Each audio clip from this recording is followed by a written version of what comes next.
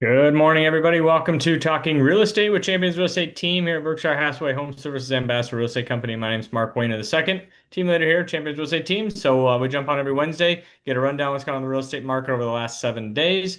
I'm going to give you an update as far as the mortgage industry, housing industry, all that kind of fun stuff. So we always like to start out with quick tips. My quick tip today, recently just closed on a townhome for one of my sellers. And so with it, the things I learned in that transaction, that specific townhome condo uh, area or whatever. But basically, the buyer in that sense, the Fannie Mae, Freddie Mac, their guidelines is that if they're using a conventional loan, they needed a minimum of 10% down on a conventional loan. So what they had to do a condo review project, is what the underwriters and the lender does, to basically see if they meet their thresholds and their requirements of how much cash reserves does the HOA have in the HOA. So if there's any, damages or anything like that, to the condo, to the townhome complex, if they have to fix anything, they want to make sure that that is that HOA has those cash reserves. And so that's one thing I learned in that transaction, that we had a buyer that came through that was using a NIFA conventional loan, and they're only going to put down like 3.5%.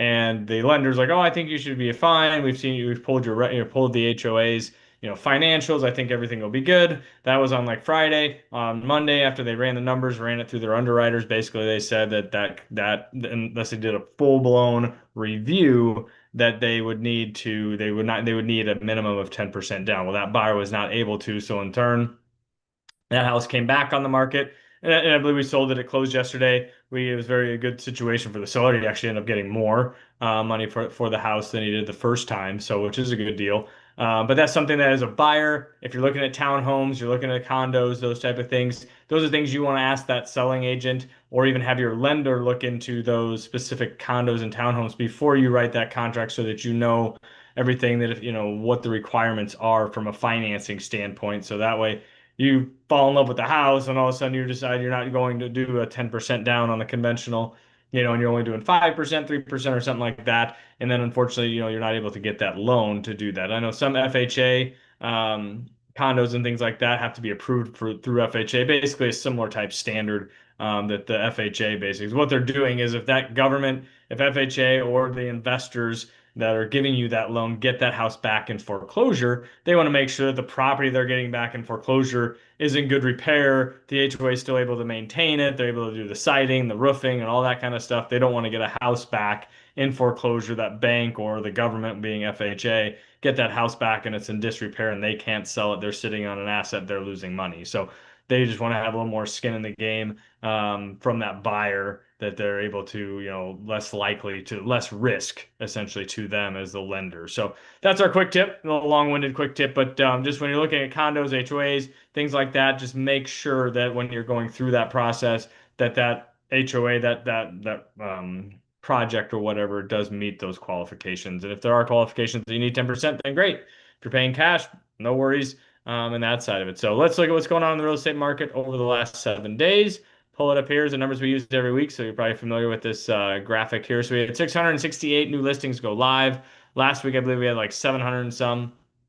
We had 415 new contracts written in the last 7 days, and 449 happy new homeowners for you. So congratulations to them. So, historically, over my 17 years of being in the industry, after the 4th of July, as we're kind of coming into August here, basically school is starting back. You start seeing a little bit of a pullback as far as buyer activity. Because people wanted to get in before school started. They want to get settled. They want to get their schedules. You're starting to get activities, for if you have kids that are, in soccer and all that, football and all that stuff, that those things start ramping up.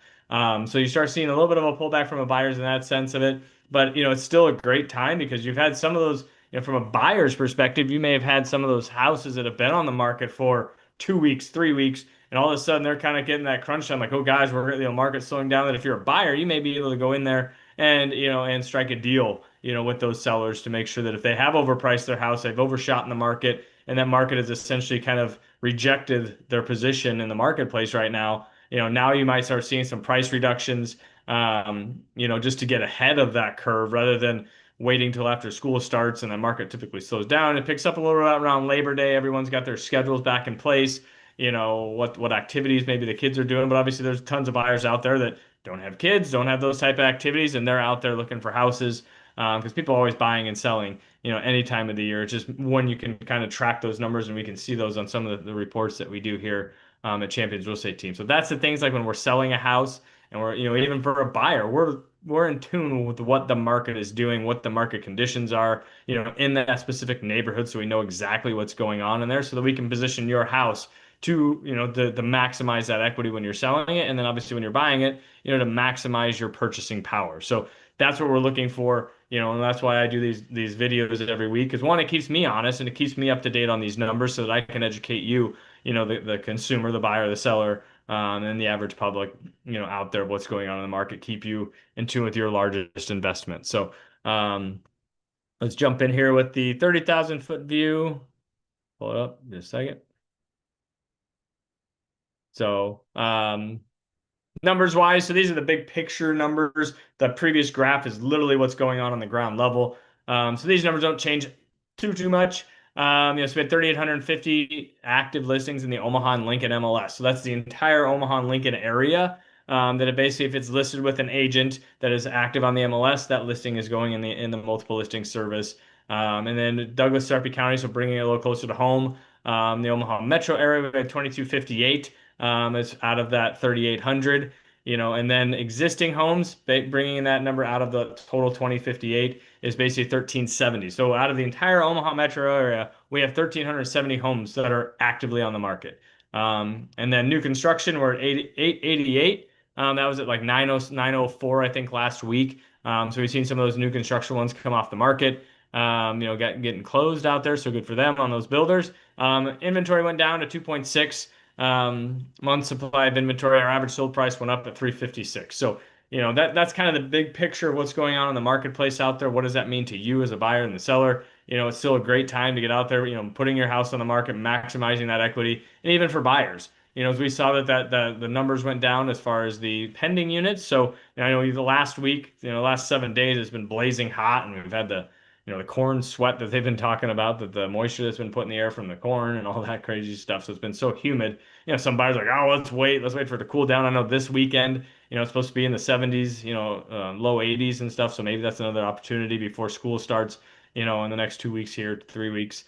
But yeah, so mortgages. So as far as the mortgage rates, things I'm seeing that I'm getting from lenders and stuff. So it's a range, depending on your credit score, all that kind of fun stuff, between about 6.5% to 7%. It's kind of the range that we're seeing there, which I think it's been that way for a while now. So I think most buyers are kind of just coming to that realization that's what it is, and get into that house before those prices, inevitably go up. I mean, obviously you see on this graph here, we are up 2.9% from this time last year on the average sold price. And that's typically what we've seen. You see peak, it goes up and goes down. Obviously, every market's due.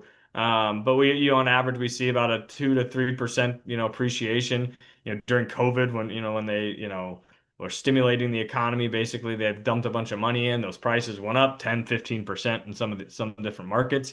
Yeah, you may have those anomalies in that big bump up there. But yeah, happy to help you. If you have any questions, give me a holler, or anybody here at Champions Real Estate Team. Our goal is to educate you and give you that information that makes sense for you. So whether you're buying, selling, looking at investment properties, like I said, my goal is to give you as much information so that you can make that decision for you and what's best for you, your situation, your family, and all that good stuff. So yeah, reach out to us, 672-7670. I'm happy to help you, and have a great rest of the week, and we will talk to everybody soon.